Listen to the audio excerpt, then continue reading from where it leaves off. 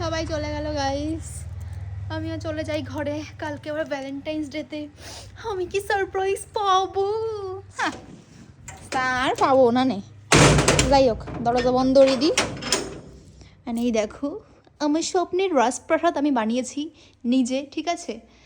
বুঝলে তো, এটা আমি নিজে বানিয়েছি, আমার স্বপ্নের রাজপ্রাসাদ।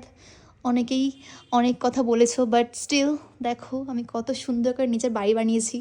গাইস ইন্সপায়ার হও, ইন্সপায়ার।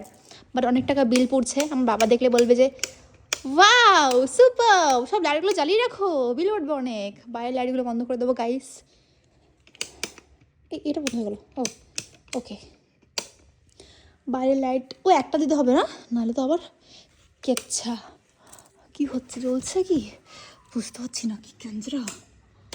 ওকে, এটা জ্বালিয়ে রাখি।